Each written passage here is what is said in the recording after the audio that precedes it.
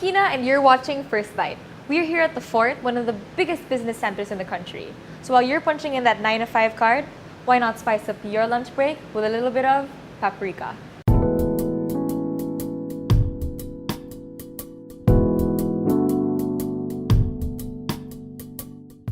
So Panji, what's the story behind paprika? Okay, so 3 things. Number 1, I like to cook. 2, I always knew that I wanted to be in business. And 3, well, I wanted to be a restaurateur. So it made sense for me to open up a restaurant like this. The concept is comfort food, cocktail bar. So it's a pretty wide concept. It's a very good place to start, I think, with those 3 things in mind. And why did you choose the name paprika? Why paprika? Because I wanted a name that rolls off the tongue. If you ask the kitchen, there are quite a bit of items that have paprika in them. And it feels like it's a name that will stick. This is a restaurant and cocktail bar.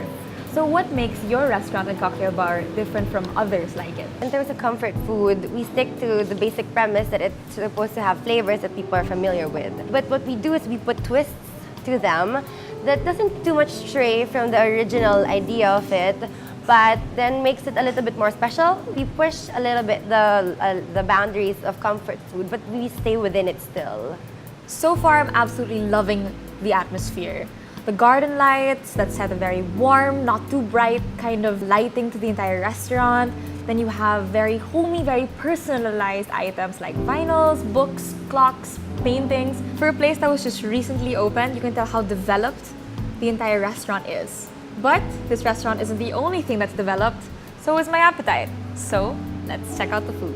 Here we have the bacon onion marmalade bruschetta, which is simply bacon atop melted Gruyere cheese, topped with alfalfa and paprika's own bacon onion marmalade.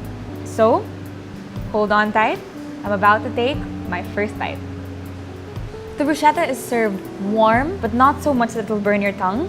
And the bacon, its saltiness ties in so well with the sweetness of the onion and the marmalade. Plus, the alfalfa adds in a sort of freshness to the entire dish that really brings in the whole thing together. This dish is called the gambas con aligue, which is simply shrimp with aligue and chorizo plus a tower of Melba toast. Most gambas dishes are served with olive oil and garlic, but this one is special because it's served instead with aligue. It really brings out a certain kind of redness to the shrimp that adds a really vibrant color to the entire dish. And the chorizo bits add a certain kick to the meal. It's something very comfortable, very in line with the entire feel of the restaurant. So all together, the shrimp, the chorizo, they added a really great blend to the entire meal. This is Paprika's adobo overload, and I tell you, its contents are spilling off the plate. There's so much that it offers. From the adobo rice, the meat, the adobo mayo, you can tell it's a very generous serving. Now adobo, as they say, is tastiest on its second time around. So this baby is cooked twice. It's braised and deep fried right before serving though. The rice is a nice golden sort of color. It's smoky, garlicky. You can really taste the infused adobo sauce. The meat is cooked to perfection. The outer layer is so crispy that it adds a really great texture to the whole thing. And now adobo is cooked in many different ways. And people like it in different ways as well. Some like it salty, some like it sweet. But this sort of ties in all the different kinds of adobo together. The sweet kind, the salty kind, the vinegary kind, all to arrive at the ultimate adobo dream. This is Paprika's bagoong pasta. Yes, it's pasta with bagoong sauce. The bagoong is mixed with a nice cream so that it's perfect for a pasta. There's also tomato, and it's topped with a crispy liempo seasoned with paprika and a bit of pepper. Now you'd think it's salty, but the cream sort of neutralizes it, and the tomato adds a very nice flavor to the whole thing. And there's a certain spice to it, but for those of you who don't like spice, have no fear because it's not too overpowering. And the liempo, it's crispy on the outside, nice and juicy on the inside. That is a great slab of meat. This is something you're really gonna wanna have on any day because it's perfect and it's the epitome of what a comfortable meal actually is. This is the paprika burger. Now the burger is actually not just ground beef, but also bacon. There's mushroom, cheese, and a mushroom cheese sauce. There's also onion. Generally, it looks like a very interesting, very colorful, but still a very delicious dish. Now, because this is a very comfortable restaurant, I think I'm going to eat it in a way that's comfortable for me, which is with my hands.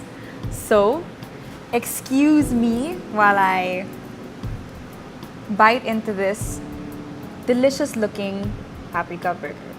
The patty is very juicy, very tender. It's not hard to eat at all.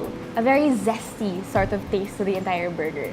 The great thing about these French fries, it's coated with just the right amount of paprika amongst the other spices.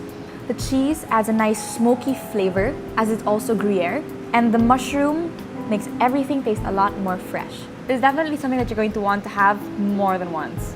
From the moment you see paprika, you'll notice its warm atmosphere just reeling you in. That's exactly the kind of experience you're going to want to have to accompany the home-cooked, very comforting food that paprika has to offer. Comfortable, but not in any way boring. So in order to end my delectable feast, I'm going to have myself a glass of white wine. Cheers!